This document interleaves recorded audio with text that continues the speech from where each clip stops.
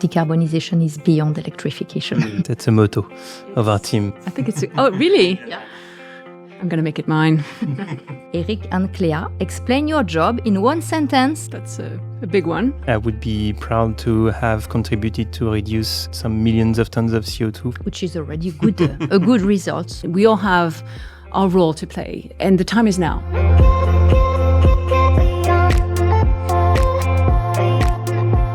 Hello everyone, welcome to Change Drivers.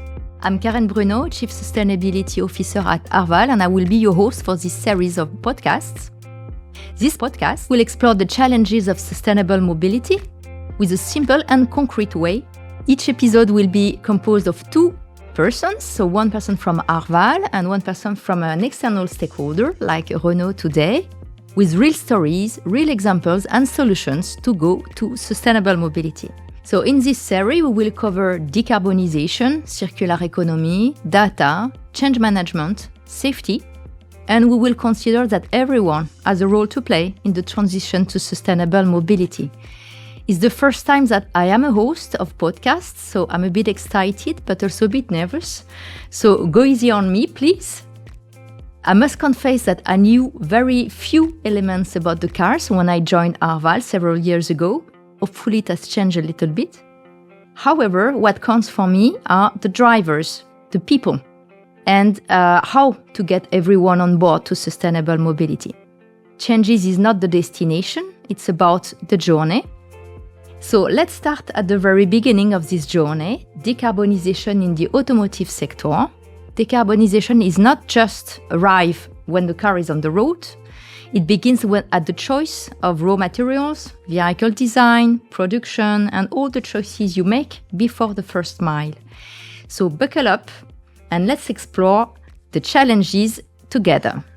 So my guests today are Cléa Martinet, VP Group Sustainability at Renault, and Eric Caruso, Sustainability Program Manager at Arval. Thanks for being here.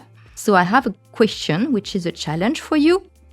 Eric and Cléa, explain your job in one sentence to a 10-year-old. What would you say?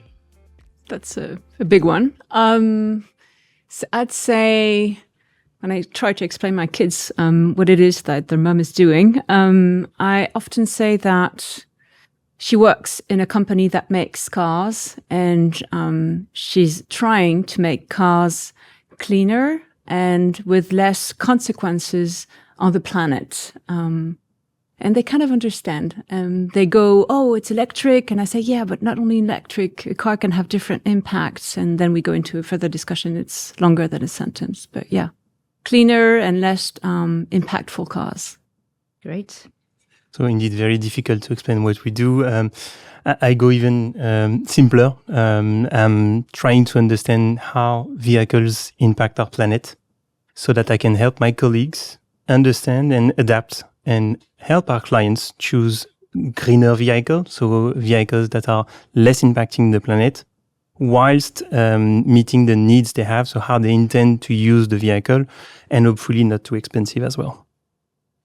So we will also learn from Lamia Loudhaief, our international consultant at Arval, in a short on-the-ground segment during this podcast, and she will provide some insights about how to guiding the corporates and their employees to play their part in decarbonisation as well. So before we dive into concrete solutions, let's make sure that we are all on the same page. And so let's start with some key notions to better understand what we mean by upstream decarbonisation. This is to make sure we all speak the same language. So I will go in particular about the planet boundaries, because we can hear about that very often. So there are the safe limits we should respect, not to compromise favorable living conditions. There are several boundaries, among which climate change, which is one of the most critical, you may know. And climate change is mainly driven by greenhouse gas emissions like methane and also in particular CO2. So Eric, we hear about decarbonisation at all times. It might sound a bit abstract for our auditors. How would you explain it in simple words? You have to understand that most of the activities that are happening in the economic world and even outside of the economic world have a carbon impact. So they emit CO2 mostly from energy, fuel consumption, coming from production, from transport. So decarbonization is about reducing those emissions. And it starts with first understanding, so measuring, and that's the first challenge. I'm looking at Cléa because it's a huge challenge for OEMs, so car manufacturers, to be able to measure where in our value chain do we emit emissions. Once you have that, you can define reduction paths, so identifying levers, opportunities that will set you on a reduction trajectory, and that will allow you to set goals. And finally, when you have defined a little bit your journey, it's embarking your company. So you need to have your company on board with you on that decarbonization journey. And it's sometimes difficult because it's change management. People have habits and you have to find a way to steer those habits toward the change that would be aligned with the sustainable goals. I agree that the habits are one of the most difficult things to change in reality. Cléa, using the example of a Renault vehicle, how does decarbonization play out at each manufacturing stage? Okay, so it's a different approach depending on the vehicle. So I'll take two examples, an IC vehicle, internal combustion engine vehicle, and an electric one. So if we take a family vehicle, what we call C segment, with 3 seats behind, the average carbon footprint of this vehicle from production to the end of life is roughly 50 tons of CO2, of carbon. Those 50 tons are spread differently. So we have about 15% that comes from the scope 3 upstream. So the components that you were just talking about 1.7% in manufacturing. So the emissions linked to the production of the vehicle in the plants, in the Renault plants. And then we have between 83 and 85% linked to the usage of the car. So the 200,000 kilometers in which the car is driven on the roads. That's an internal combustion engine vehicle. If you take an electric one, for the same vehicle, it's half of this. So it's about 25 tons of CO2 to make, gross magnitudes and orders of magnitudes. It's 25 tons of CO2. And the upstream emissions, so from the car components, including the battery, shift from 15%, 1.5 in internal combustion engine, to 50%. 50. Half of the carbon footprint of an electric vehicle comes from the body, so the car itself, and its battery. And then 50% roughly from its usage, depending on the energy it's using. In France, we're very fortunate. We have a very low carbon electricity behind our plugs, but it's not the case everywhere in Europe. And if you take the European mix, that's about 13 tons of CO2 that come from the charging of the vehicle, much less if it's in France. So that's how we analyze, and that's how we read the carbon footprints of vehicles. Okay, so this is what we call the life cycle analysis, correct? Indeed. Okay. Yeah, it's from, experts say, from cradle to grave, which is a fancy way of saying that it's from the moment it's conceived all the way down to the moment it's recycled. So life cycle analysis. Mm-hmm. Okay, thank you for the big picture, Cléa. Let's think about the users a few seconds, Eric. Some drivers or corporates will say, upstream emissions, what happens in the manufacturing or the components of the vehicle, it's not for me. I'm just using the car. It's not my topic. What do you think about that? Well, first of all, I would not advise for shortcuts like that. You have to understand that if we want to have a sustainable future, we have to have all of the components. So fighting climate change, you mentioned that with the boundaries. You also have draw on the natural resources because you have to extract for building those components and the cars all of those materials, and that has an impact. So you cannot just discard it in a more prosaic and pragmatical way. The weight and the number of upstream manufacturing is taken into account. I'm looking at the example in France where you have the Eco Score, which is a national measure to identify the amount of CO2 that is emitted thanks to the production and the transport of electric vehicle. And that defines the eligibility to fiscal incentives. So as a driver, it comes right back at the table in terms of focus to look at the upstream emissions. Clear. Thank you. So Cléa, you already mentioned some figures. If you had to pick up for both of you one or two numbers showing the impact of car manufacturing within the life cycle, is there anything you would like to share? I have one. And the time you find one, which is interesting, and it's coming from a EU average. So it's about the combustion cars when you actually buy it. The upstream part, where you're actually manufacturing in raw emissions, is sending as much CO2 in the atmosphere as having it driven for 35,000 kilometers. So that's quite striking because, and that's something that often people tell us, is CO2 in itself is a bit abstract. Okay, what's a ton? What's a million ton? They don't measure that. And having this kind of metric in terms of how much kilometers that represent is something that to me is quite striking to understand the weight of the upstream manufacturing and raw materials against the full life cycle.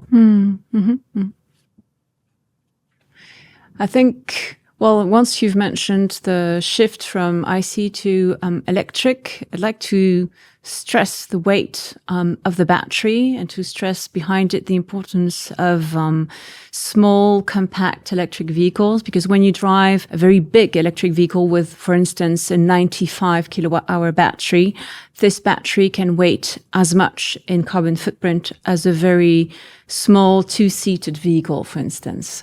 So a 95 kilowatt-hour battery can weight as much as what at Renault we have as a Duo, which is a really a two-seater small vehicle. So we really have to factor in that an electric vehicle is not the end game of decarbonization. There is much more to be doing beyond the fact that we switch to full electric. So, yeah. Great. Thank you so much. So I've been driving an electric car on my side since several years. So I'm aware that it has a footprint as well. And and the difference of what we hear is that these are zero emission vehicles. Most of the time you can hear that in the press. What should people know about that? So you shared already some key figures in terms of composition, in terms of what is in. Could you share a little bit more? I think, well, what really is worrying to me is that sometimes people tend to think that electrification is not a solution, that it's kind of a marketing evil thing, because there is some urban mythology around electric vehicles that, for instance, they are less recyclable than ICE ones, combustion ones, or that they weight more on their value chain than the combustion engines one. It's true that they weight more in the value chain, but it is, as we speak, the most radical solution when it comes to climate change. So it's an essential milestone to get to what the Paris Agreement want to bring us to, which is the decarbonization trajectory of Europe and worldwide. So that's really, I think, something that needs to be anchored is that no matter if the upstream emissions are a bit bigger in electric than ICE, all along the life cycle, it's the most radical solution. And it's not true. We have in terms of recyclability, they are as recyclable as the ICE combustion ones. And if I may, I think that recycling electric vehicles can be a way of regaining part of the minerals and battery value chain in Europe, because we have this pool of materials in the battery, in the end of life of batteries, that we can recycle in Europe, and building a resilience towards a value chain that is mostly dominated by Chinese stakeholders. So that's also, recycling is something that we have a business interest in. There is value behind as well. Indeed. So it's a great opportunity. Before we go deeper into this question of decarbonization, and let's hear from Lamia Loudhaief, so Arval consultant. She sees how companies' expectations are changing and when it comes about sustainable mobility, how upstream decarbonization connects to everyday mobility needs of their employees.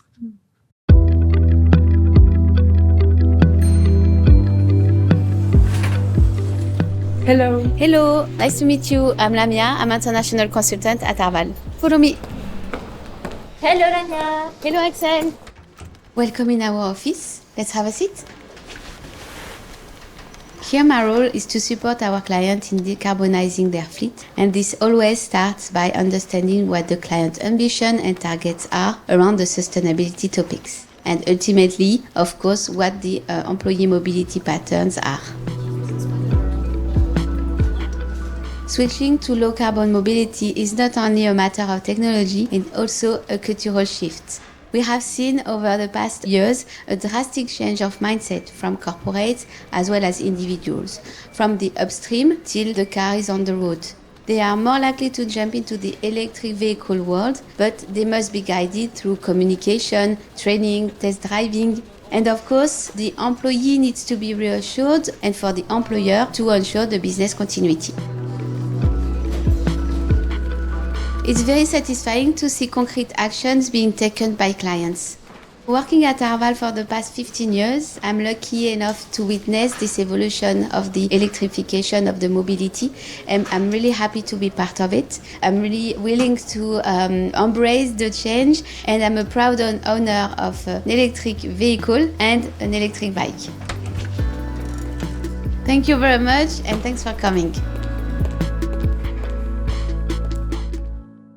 Thank you so much, Lamia. I'm sure that you are listening to us. Now I would like to hear from you, Eric and Cléa. How does it resonate with you? What Lamia mentioned, which is very, very important, is understanding what the client needs. Electrification is a very important tool for decarbonization, but it cannot be forced upon everyone at any cost. So the work that they are doing in understanding and advising clients, because that's a very tricky part, and we are here to advise and not impose. So we do not choose the vehicles we are providing our clients. They choose it on the basis of insights and information that we provide them so that they can do the right job, hopefully giving them the right insight for doing the right sustainable choice of mobility. But ultimately, they themselves decide what goes into their car policy. And then you have the following step, which is the drivers themselves choosing the car from the car policy. So it's really a multi-stage influencing factor that you have to help and facilitate as Arval to be able to achieve that transition. Well, for us at Renault Group, the fleet going greener is a fundamental lever to massify the electrification of vehicles, because we can see that the customer demand is not at the level that the regulation would want it to be. And so the greenification of the fleet is a way, it's something we cannot do our climate trajectory without. I believe, depending on the source, fleet sales are about 50 to 60% of vehicle sales. So it gives the weight and the importance of what fleet are in the decarbonization of transport. Now, I'm curious to know what concrete things you are working on to reduce carbon emissions, something that really makes the difference, something that people outside the auto industry will not think of. Is there anything you can share with us? So I could start. It's a several stages patterned at Renault Group. So first, when the design comes up with a concept, there's like this three stakeholder dialogue between design, product, and sustainability, because we challenge the weight and the size of the vehicle, because for any segment, whether it's really small A, B, or C, from the smallest to the family vehicle, or even the D1 for a premium car, you can give the same level of services or services within the car, but with a smaller car, more compact one. So that's the first stage. Then we, together with engineering, we give a target in terms of carbon footprint from the cradle to the grave. And so engineering finds out the best performance. So after the size, it's the aerodynamism, the efficiency of the vehicle. And finally, we work with purchasing to find what we call the techno bricks. So like the decarbonized materials, decarbonized batteries, decarbonized components that can go into the vehicle, which will bring decarbonization beyond the weight, beyond the efficiency and the performance of the vehicle, just by, low carbon bricks. And you can see it in our vehicles. For instance, the latest vehicle we launched, the Clio 6, it has up to 33% of recycled materials within the vehicle, which brings decarbonization. And specifically what the client really doesn't see, even if we talk about it, is that the aluminum rims are recycled. And that brought roughly 350 kilos of CO2 reduction for the vehicle, which is quite significant. So it's an example. Knowing that aluminium has a double effect. I mean, it's very good on weight because it's very light, but steel. It's very emissive to produce. It's a question of balancing and the kind of materials you are using and where they come from. Yeah. What are the biggest obstacles to make these different actions effective? I mean, in the upstream phase, what can we do to change these habits? The main obstacle is, like in any sustainable transformation, you need to insert it and make it fit for the business. Our duty as sustainability officers is to understand what are the stakes, digest them into the business model. We cannot come with solutions that play against the rule of the business. That's for sure. We are doomed to fail if we do that. And that's the tricky part. Identifying how to embed sustainability within the paradigm of the business model of the company is the key challenge. And when you actually find the sweet spot where it actually works, that's where it's bearing fruits actually. Yeah, I think it's along those lines. The biggest challenge we have is trying to find the happy marriage between sustainability, resilience, business resilience, and profitability. And it's a big one to find a balance between, because as we've said, many times since the beginning of this podcast, electrification is the most radical way forward. The industrial reality behind this is that it's not a European anchored value chain as we speak. The extraction, the refining, the battery making, everything is dominated by actors that are not European and that benefit from significant upsides in terms of incentives, energy costs, labor costs. They do not produce the same way we do, with the same values, nor the same economical constraints. Mm-hmm. And so it's very difficult to remain competitive whilst staying true to our sustainability commitments. And so the way we do it is optimizing, being smarter, like finding efficient ways to be sustainable and competitive. So this makes me think about one important word, which is the collaboration, because you are not alone in Indeed. The ecosystem. We are not alone. And then we know that we need to collaborate to succeed in growing this sustainable mobility. If we had to imagine one initiative, one concrete project together between Arval and Renault, for instance, to cut these emissions upstream, so before the vehicle goes on the road, what could it be?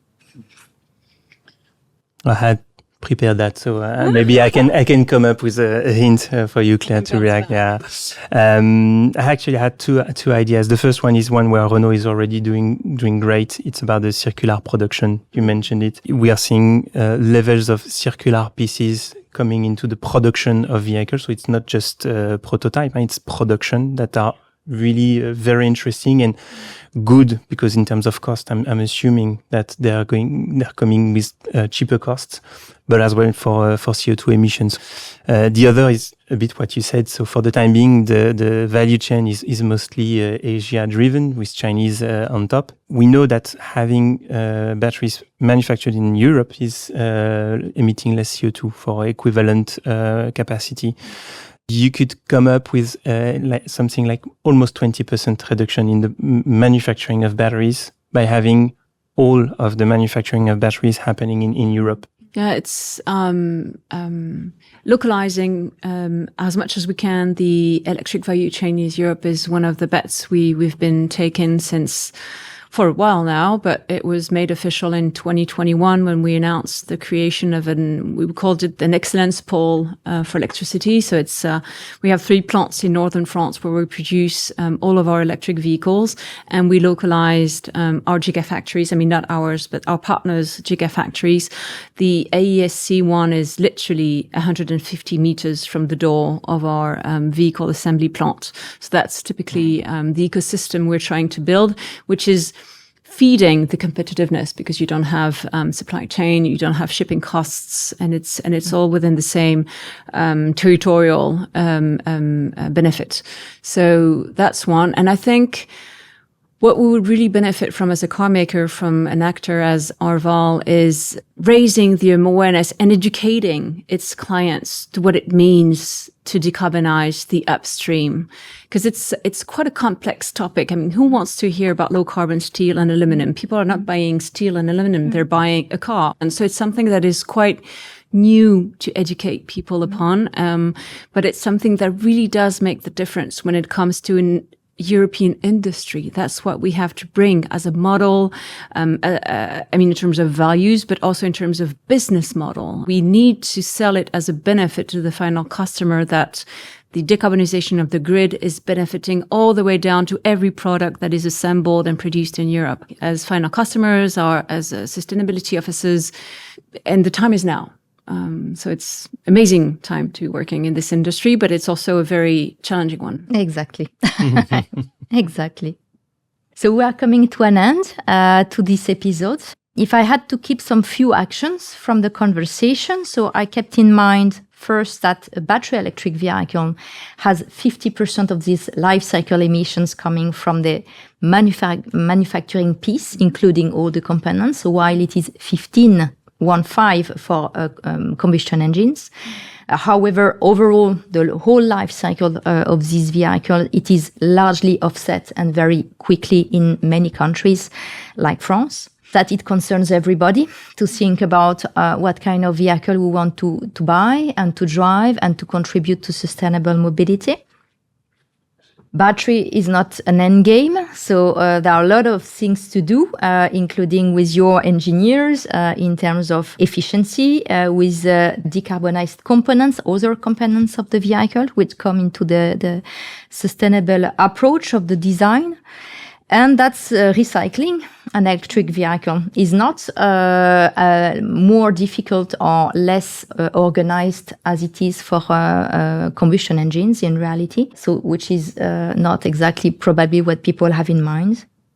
And then at the end, that the happy marriage between business resilience, sustainability, and profitability must be kind of win-win approach to make sure that we succeed in decarbonizing this activity. So I have a last question for you. If you can imagine 2035, mobility has completely transformed. What does your daily life look like? And as a sustainability manager, what is the one change you would be proud of in 2035? Okay, so hopefully, I mean, daily life, I take public transport every day because I live in Paris, so I don't have much merit in terms of car usage. It's easy for me not to take a car, which is not the case for many people living in France. Once you leave the city center, it's quite tough not to own a car. No, most of the battle right now is electrification. I really hope so that the battle will have shifted from going electric in 2035 to decarbonizing other components, the battery, the materials, as we were talking about, the steel, the aluminum. But I believe we will still have a lot of work to do in 2035. So the next generation of chief sustainability officers will have a lot of work on the table. Yeah, the battle will not be over. As for me, I kind of dream that my role is not needed anymore in 2035 in Arval, because it means that sustainability stakes have been embedded in each and every department, and it's not no longer the role of one person. And looking back, hopefully, I would be proud to have contributed to reduce some millions of tons of CO2 from Arval customers and Arval fleet, hopefully. Which is already a good result. Thank you both, Cléa and Eric, for sharing your vision. Thank you. The next episode will be about the vehicle on the road, so what happens in terms of decarbonization, in terms of daily use. Thanks to everyone for listening. This was the first episode of Change Drivers, Arval podcast to get everyone on board for sustainable mobility. If you have enjoyed this podcast, you can continue the discussion on our platforms on LinkedIn, YouTube, and arval.com.